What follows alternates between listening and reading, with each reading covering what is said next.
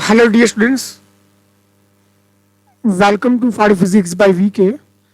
तो बच्चों, आज हम पढ़ेंगे आपकी एनसीईआरटी क्लास 12 और चैप्टर नंबर है अपना चैप्टर नंबर 5, है ना। उसमें टॉपिक नंबर जो बेटा आपका टॉपिक नंबर है 5.4 Newton first law of motion. ठीक है, बहुत ही इंपॉर्टेंट टॉपिक है ये। तो ये टॉपिक जो न्यूटन ने 3 लॉज बनाए थे ना, उसमें से पहला लो जो बोला जाता है कि फर्स्ट लो क्या था, सेकंड लो क्या था, तो वही चीज आज हम पढ़ने वाले हैं। थोड़ी आवाज चेक कर लेते हैं कि आवाज कैसी आ रही है। ठीक है, तो आइए बात करते हैं। यहाँ पे आवाज थोड़ी कम हो जाती है ना, देखो अब आवाज बढ़िया आ रही है। तो बेटा आज हमें उसी के बारे में पढ़ना है, Newton first law of motion. कि न्यूटन बाबा ने 3 लॉ दिए थे, पहला उसका लॉ है जो हम पढ़ने वाले हैं। ठीक है, अब पहला इसका रहा यहाँ पे की पॉइंट। पहला है अपना स्टेटमेंट कि न्यूटन फर्स्ट लॉ का स्टेटमेंट क्या था। सेकंड है अपना एक्सप्लेनेशन हमें देनी है उस स्टेटमेंट के बारे में। और फोर्थ नंबर की चीज है बेटा अपनी कि अरे ना, फोर्थ नंबर की अपनी चीज है बेटा, अरे अरे अरे क्या हो रहा है भाई, ये आ गया, है ना। थर्ड नंबर की चीज अपनी एग्जाम्पल है कि हमें इस चीज को वे एग्जाम्पल एक्सप्लेन करना है। ठीक है, उसमें पहला जो आपका है वो है आपका बुक वाला एग्जाम्पल, सेकंड है कार वाला एग्जाम्पल, थर्ड अपना जो है बस वाला एग्जाम्पल। तो इन चीजों में हमें देखना है। ठीक है,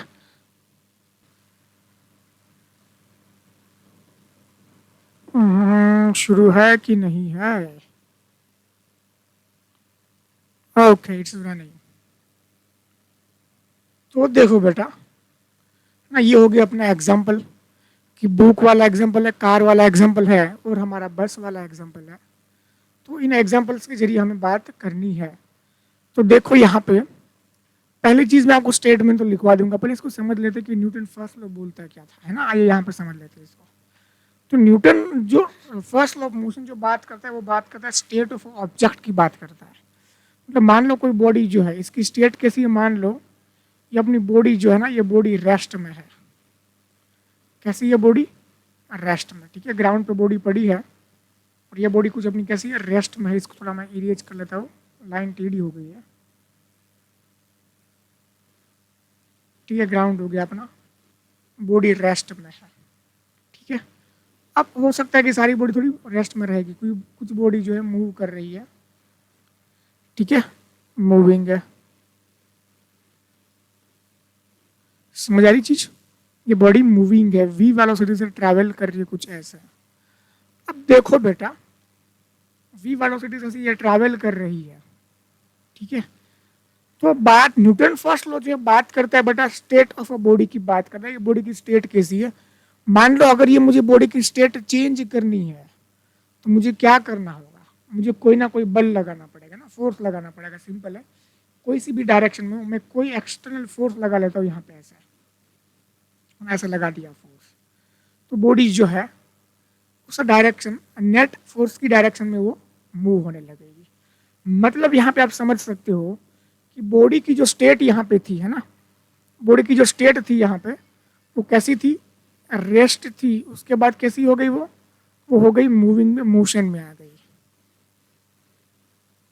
ठीक है, सेम इसमें अगर इसकी वेलोसिटी मुझे चेंज करनी है, डायरेक्शन चेंज करनी है, तो मैं क्या लगाऊंगा, इसमें फोर्स लगाऊंगा, है ना। ये क्या लगाऊंगा, मैं फोर्स लगाऊंगा। मैं मान लो ऐसे मैं फोर्स लगा दूंगा तो अपनी मोशन की जो डायरेक्शन है वो क्या हो जाएगी, चेंज हो जाएगी, चेंज। ठीक है, चेंज हो जाएगी, सिंपल चीज है, चेंज हो जाएगी, ऑब्वियस है। तो मतलब ये स्टेट पहले क्या थी और अब क्या हो गई फोर्स लगाने के बाद। समझ रहे हो चीज का डिफरेंस, समझ रहे हो क्या? Let me check the voice at once. Hello,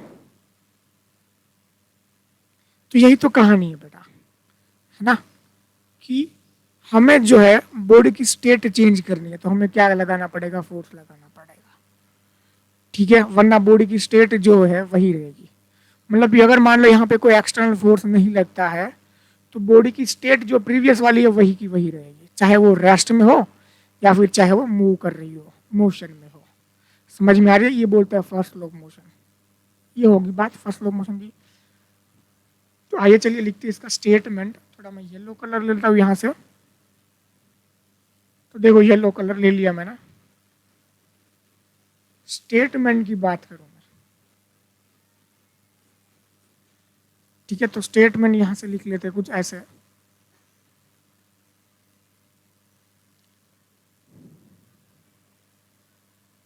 the state of a body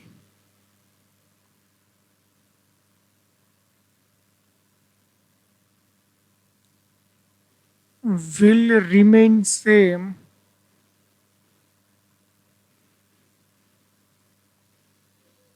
as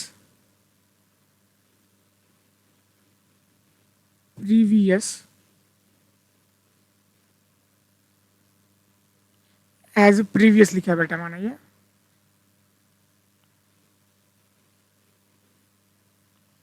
until the force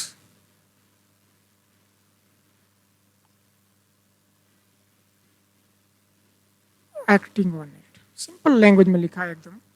जब तक उसके ऊपर फोर्स अप्लाई नहीं होगा तब तक उसकी state of a body change नहीं होगी। मतलब वो रेस्ट में है तो रेस्ट में रहेगा, अगर फोर्स लगा दिया तो रेस्ट से हो जाएगा मूविंग में, मोशन में आ जाएगा। ठीक है, अब कोई बॉडी जरूरी थोड़ी कि रेस्ट में ही होगा, कोई बॉडी मूविंग में है, मोशन में है, तो वो रेस्ट में लानी है तो हमें क्या करना पड़ेगा, फोर्स लगाना पड़ेगा। सिंपल बात है। ठीक है, बोलो बात समझ में आई। फिर यहाँ पे लिखो थोड़ा, एक में इसको दो पार्ट हिस्सों में डिवाइड कर लेते हैं। ठीक है, तो यहाँ पे देख सकते हो आप इन चीज को कैसे याद करना है हमारे। ठीक है, तो देखो यहाँ पे अगर मान लो मतलब कोई ना कोई फोर्स आना चाहिए उसके ऊपर, एक्सलरेशन आना चाहिए, बॉडी मूव कर रही है। तो देखो यहाँ पे अगर कोई बॉडी मूव कर रही है, बॉडी एट रेस्ट और motion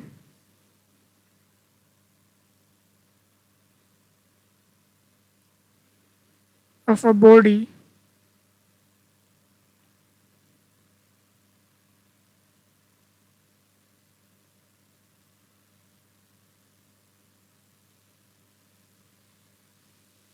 moving with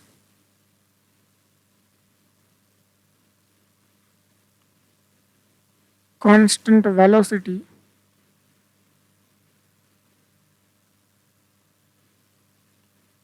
both represent zero force, both represent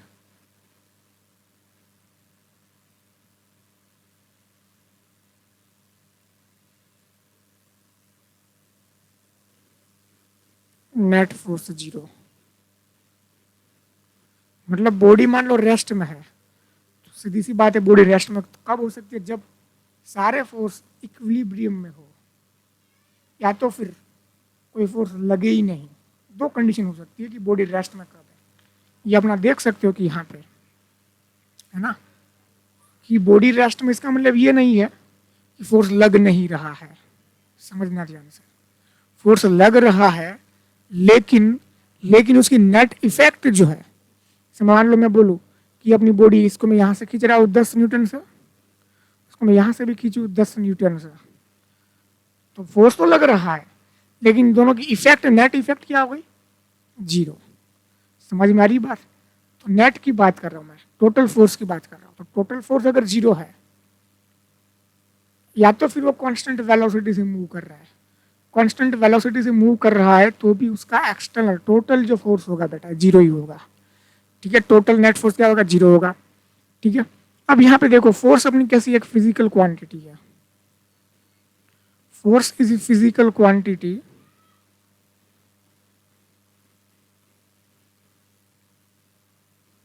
which can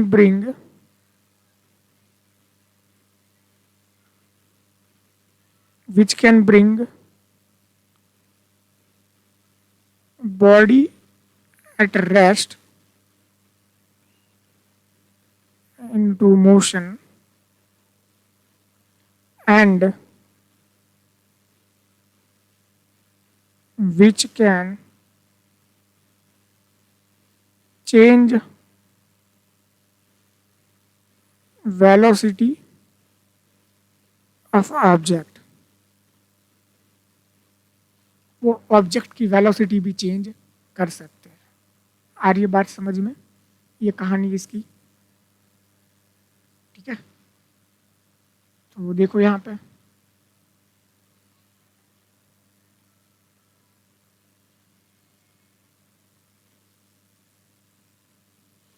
in short में बोलो, इन शॉर्ट लिख सकते हो आप। In short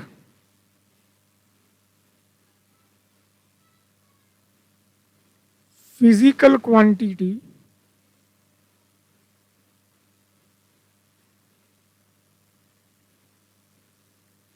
which can produce acceleration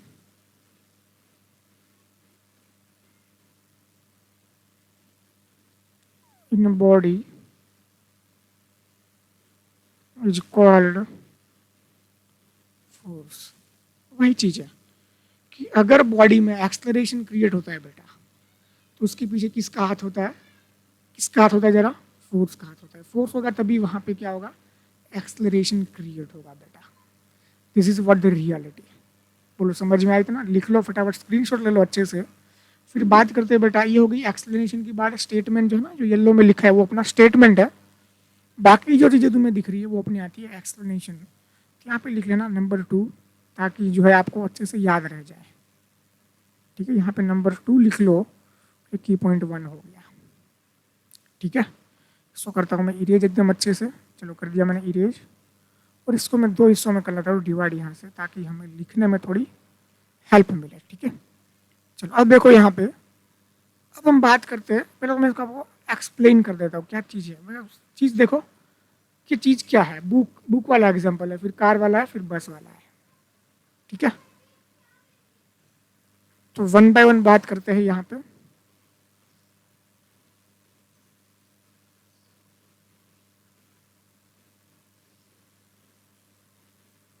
देखो मैं बुक यहाँ पे आपको मैं एक्सप्लेन करता हूँ, सुनना ध्यान से। ये अपना टेबल पड़ा हुआ है, ठीक है, एकदम प्यार से टेबल रखा हुआ है ऐसे।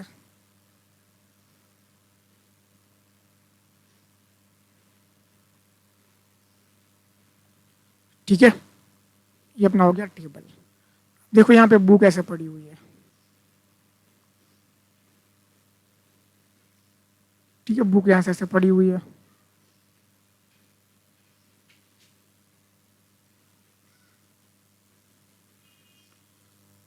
बेटा ध्यान से देखना इस बुक को। तुझे क्या लगता है बुक रेस्ट पे पड़ी है, तो इसका मतलब क्या इसके ऊपर फोर्स 0 है? कोई फोर्स ही नहीं लग रहा है क्या? क्या तू ये बोल मतलब इससे ये समझ पा रहा है? ये अपनी बुक स्टेशनरी खड़ी है, स्टेशनरी पड़ी हुई है, तो क्या इससे तू ये समझ पा रहा है कि ये बुक के ऊपर कोई फोर्स एक्ट नहीं हो रहा है, इसलिए बुक रेस्ट पे है? नहीं बेटा, तू गलत है। इस बुक के ऊपर तू देख सकता है कि जो पृथ्वी जो हमेशा ऑलवेज जो फोर्स लगाती है, नीचे वाला जो फोर्स कौन सा होगा? ऑलवेज डाउनवर्ड mg होगा। तो फिर ये बुक नीचे मूव क्यों नहीं कर रही है? सवाल ये भी होगा। सर आपने तो बोला था कि नेट फोर्स जिस डायरेक्शन में होगा उस डायरेक्शन में बॉडी मूव करती है। सही है बेटा, मूव करती है, कहाँ मना कर रहा हूं मैं। लेकिन यहाँ पे देखिएगा तो इस mg को काउंटर करने के लिए बेटा ये टेबल भी फोर्स लगाती है। समझ रहा चीज? ये टेबल भी क्या लगाती है? फोर्स, बिल्कुल ही mg वाला, ना उससे ज्यादा ना उससे कम, ना उससे ज्यादा ना उससे कम। उसको बेटा बोलते हैं नॉर्मल फोर्स। क्या बोलते हैं उसको? Normal force. दोनों ही force n is equal to normal में लिखो mg लगता है। तो दोनों अपनी जो इफेक्ट है बेटा, ये आप सीखोगे Newton third law of motion, मैं आपको सिखाऊंगा वहां पे। तो बुक भी क्या करती है? फोर्स लगा रही है, सिंपल चीज है। तो सेम उसी मैग्नीट्यूड का और उसी के अपोजिट डायरेक्शन में फोर्स लगा रही है, इसीलिए दोनों की इफेक्ट क्या हो रही है? अल्टरनेट कैंसिल हो रही है। इसलिए बुक वहां पे बनी हुई है। अगर मान लो ये वाला फोर्स अगर थोड़ा सा भी ज्यादा हो जाता, थोड़ा सा भी अगर ये नॉर्मल फोर्स जो अपवर्ड लग रहा है ज्यादा हो जाता, तो वो फोर्स जो है उसकी वजह से ये अपना जो बुक है हवा में मैजिक होता, बुक हवा में उड़ने लगती। तो वैसा तो पॉसिबल है ही नहीं। समझ रहे हो? भूत तो नहीं आएगा वहां पे, भूतिया फोर्स तो आ ही नहीं जाएगा, बुक थोड़ी हवा में उड़ने लगेगी। इसलिए अगर मान लो ये फोर्स कम होता, मान लेते हैं कि ये फोर्स क्या है, कम होता है, तो अगर ये फोर्स कम होता बेटा तो बुक जो है ना, ये फोर्स कम हो गया, ये ज्यादा हो गया, तो बुक ये टेबल तोड़ के नीचे जा सकती है। सिंपल चीज है ना ये। अगर मान लो सिंपल एकदम एकदम इजिएस्ट कॉन्सेप्ट है कि अगर ये नीचे वाला लगने वाला जो फोर्स है वो अगर ज्यादा होता है ना, तो बुक जो है ना, ये बुक ये जो है ना अपनी बुक टेबल तोड़ के, तो यहाँ पे देख सकते हो अगर ये नीचे वाला फोर्स अगर बेटा बढ़ जाएगा तो जाहिर सी बात है ये बुक टेबल तोड़ के नीचे आ जाएगी। इसलिए ठीक है, यहाँ पे नेट फोर्स देखोगे तो जीरो है, okay I am agree, but अगर मैं there is no force on the book, I am not agree with this statement. बोलो इज दैट क्लियर, यस और नो? तो इस स्टेटमेंट से हम एग्री नहीं है बेटा। सिंपल चीज है, आओ इसको लिखते हैं। देखो यहाँ पे आपको डायग्राम ड्रॉ करना है as shown in figure.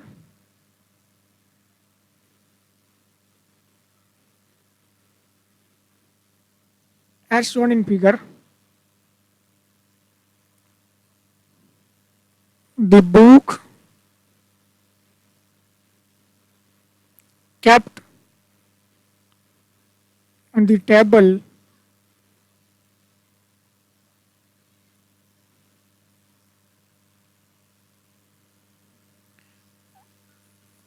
when book is at rest, there are total two types of force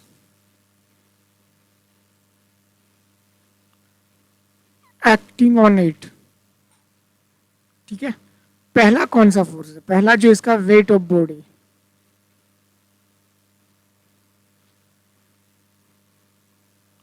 दूसरा हो गया नॉर्मल फोर्स, अपवर्ड में होगा, ये हो जाएगा डाउनवर्ड में। ठीक है, तो यहां पे देखोगे here here weight of body weight of body weight of body, तो यहां पे हम देख सकते हैं कि वेट ऑफ अ बॉडी, यहां पे लिख लो अपवर्ड, सॉरी डाउनवर्ड आएगा ना। वेट ऑफ अ बॉडी होता है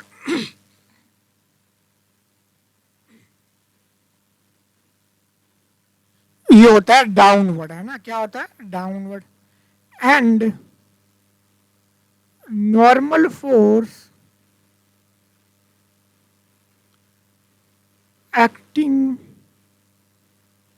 on a body in upward direction। ठीक है, अपवर्ड डायरेक्शन में होता है, तो उसकी वजह से बेटा, उसकी वजह से इनकी जो नेट इफेक्ट होती है वो क्या होती है, कैंसिल आउट हो जाती है। So therefore the net effect of both force is simply cancel out, and book remain in its previous state। बोलो समझ में आ रहा है कि नहीं? हाँ, तो बुक अपनी प्रीवियस स्टेट में रहेगी, वही जो मैं आपको बार बार एक्सप्लेन कर रहा हूँ। ठीक है, तो ये हो गया अपना बुक वाला एग्जांपल।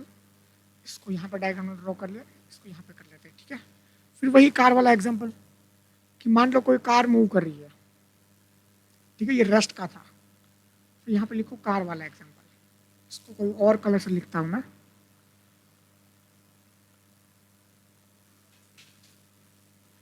देखो ये जो एग्जांपल है पहला वाला वो अपना रेस्ट वाला है, जो सेकंड वाला एग्जांपल हमने लिया है बेटा वो अपना कार मतलब मोशन वाला एग्जांपल है। यहाँ पे इसका मैं छोटा मोटा डायग्राम ड्रॉ कर लेता हूँ ऐसे कुछ। ये हो गया कुछ ऐसा, कार अपनी मूव कर रही है ऐसे v वेलोसिटी से। अज्यूम दैट, मान लो, देखो मैं आपको एक्सप्लेन करता हूँ पहले। ये अपनी कार मूव कर रही है, अब ये कार कांस्टेंट वेलोसिटी से मूव कर रही है, ये मूव होती रहेगी होती रहेगी होती रहेगी होती रहेगी जब तक इसको मैं कोई एक्सटर्नल फोर्स ना लगाऊं, तब तक ये मूव होती रहेगी।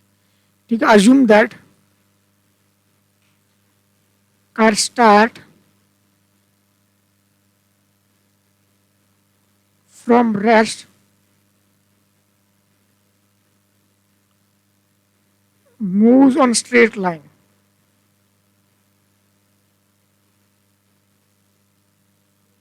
attain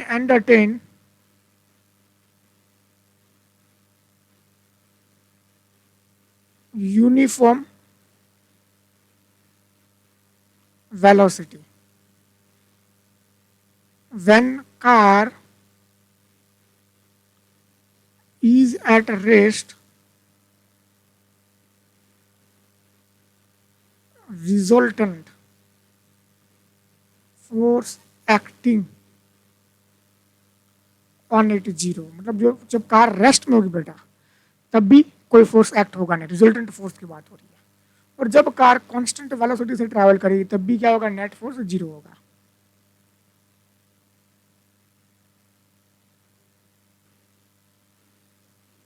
when car travel with constant velocity,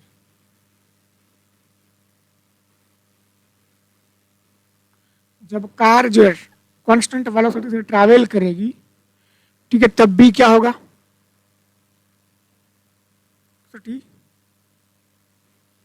the net force acting on car is zero. बोलो समझ में आई चीज? है ना, बिल्कुल ही आसान चीजें हैं, है ना, बिल्कुल ही आसान चीजें हैं। ये तो हो गया कार वाला एग्जांपल। अब कर लेते बस वाला, ये थोड़ा इंपॉर्टेंट एग्जांपल है।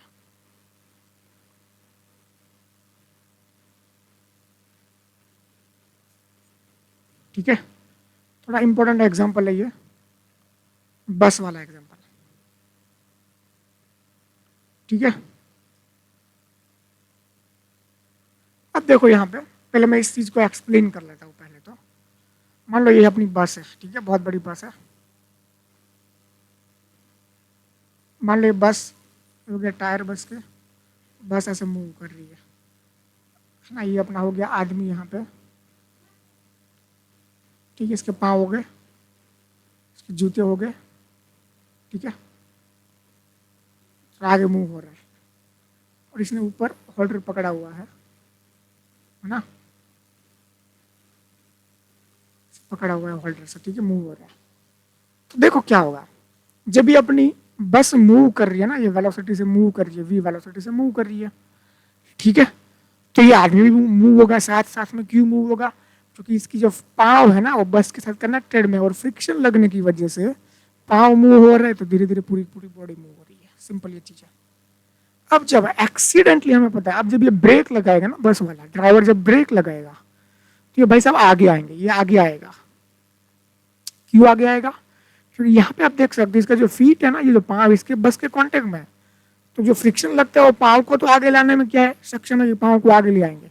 लेकिन अपनी बॉडी रिजिड नहीं है ना, ह्यूमन बॉडी रिजिड थोड़ी है, वो अपने पार्ट्स में डिस्प्लेसमेंट एडजस्ट कर सकते हैं। रिजिड बॉडी मतलब कि ऐसी बॉडी, मान लो मैं इसको बोलो रिजिड बॉडी, तो रिजिड बॉडी कब कहलाती है कि कोई भी इसके दो पॉइंट्स ले लो, इनके बीच का डिस्टेंस कभी भी और किसी भी कंडीशन में चेंज नहीं होगा, उसे बोलते हैं बेटा रिजिड बॉडी। ठीक है, तो अपनी ह्यूमन बॉडी कोई रिजिड बॉडी नहीं है। तो जब ये ब्रेक लगाएगा तो अपना पाँव है ना, ये पाँव तो आगे खिसकेगा नहीं, लेकिन हमारी बॉडी क्या जो प्रीवियस स्टेट थी उसी को कंटिन्यू करके चलेगी। समझ रहे हो चीज को? समझ रहे हो? उसी स्टेट को, मतलब ये पाँव है वो तो चला जाएगा आगे। क्यों चला जाएगा? क्योंकि फ्रिक्शन फोर्स एक्ट हो रहा है surface of the bus and the feet of our human. समझ रहे हो चीज का? है ना। लेकिन जो रिमेनिंग पार्ट्स है, ऊपर जो ऊपर के जो पार्ट्स है, वो तो अपनी प्रीवियस स्टेट कौन सी है, है ना। जब एक साथ उनको पता चलेगा तो वो प्रीवियस स्टेट आगे, वो आगे मूव करेगी, इसलिए हमको आगे से लगता है ना, ऐसे आगे में ऐसे आगे से ब्रेक लगती है ऐसे, जब एक्सलेट करो हम पीछे चलते हैं ना, चलते हैं पीछे ऐसे, समझ रहे हो चीज़ को। तो वही है, तब क्या होता है कि जब ये सडनली रुक जाती है तो बॉडी का जो अदर पार्ट है वो अपनी प्रीवियस वाली जो फोर्स है ना, प्रीवियस वाली जो मोशन है उसको क्या करेगा, कंटिन्यू करेगा। लेकिन जब इनके जो इंटरनल ऑर्गन्स है ना, इंटरनल फोर्सेस, मस्कुलर फोर्सेस, उनको वापस उस स्टेट में लेकर के आएंगे, रेस्ट वाली स्टेट में, जब ये मूव से रेस्ट में होगी तब। समझ रहे चीज को। तो ये कहानी है, आइए इसको लिख लेते एकदम अच्छे से। तो देखो यहां पे, when we are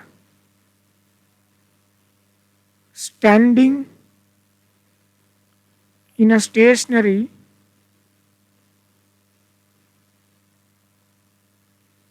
bus, our feet are in touch with the floor, ना फ्लोर से टच होते हैं वो। अब देखो frictional force,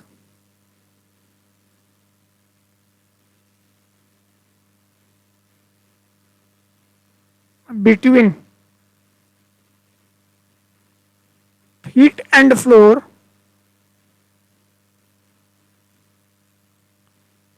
of the bus,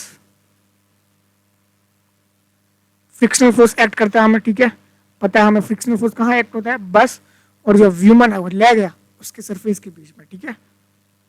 देखो when bus suddenly start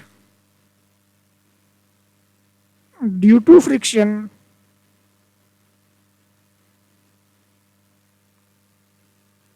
our feet start moving in a direction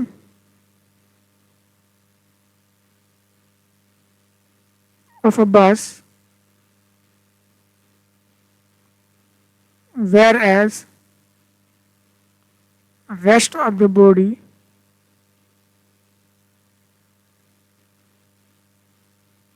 try to retain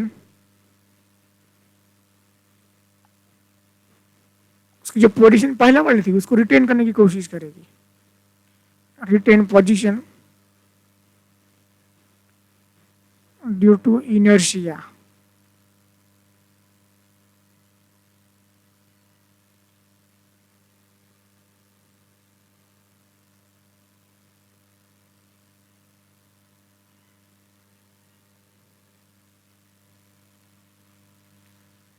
चलो hands,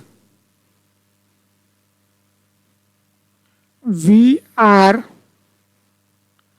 thrown in a backward direction,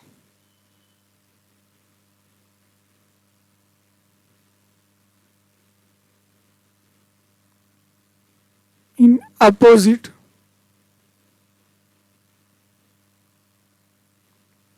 direction of acceleration of बस। बस के अपोजिट डायरेक्शन में, जो बस का जो एक्सलरेशन होगा उसके अपोजिट डायरेक्शन में हम पीछे जाएंगे, नेट लगेगी। इसको बोलते हैं सूडो फोर्स, जो आप पढ़ोगे बाद में, ठीक है। तो एक बार इसको रिवीजन कर लो अच्छे से। ये अपना टॉपिक हो गया बेटा, ना, ये अपना टॉपिक हो गया Newton first law of motion. Statement आपको एक्सप्लेन करना है कि state of a body will remain same as previous state until the force acting on it. जब तक उसके ऊपर कोई फोर्स एक्टिंग नहीं होगा तब वो अपनी पिछली वाली स्टेट में ही रहेगा बॉडी, हो चाहे वो रेस्ट में हो, चाहे वो मूविंग या मोशन में हो। अब बॉडी एट रेस्ट और इन अ मोशन, तो यहाँ पे आपको थोड़ा एक्सप्लेन करना है फोर्स के बारे में कि अगर कोई एक्सलेशन आता है तो किसकी वजह से आता है, फोर्स की वजह से आता है, ठीक है। समझ में आई चीज़। अब फोर्स नेट फोर्स 0 होना चाहिए। ज़रूरी नहीं है कि बॉडी रेस्ट में है उसके ऊपर कोई फोर्स नहीं है, दैट इज़ नॉट नेसेसरी, लेकिन टोटल फोर्स जो होना चाहिए वो कैसा होना चाहिए, 0 होना चाहिए।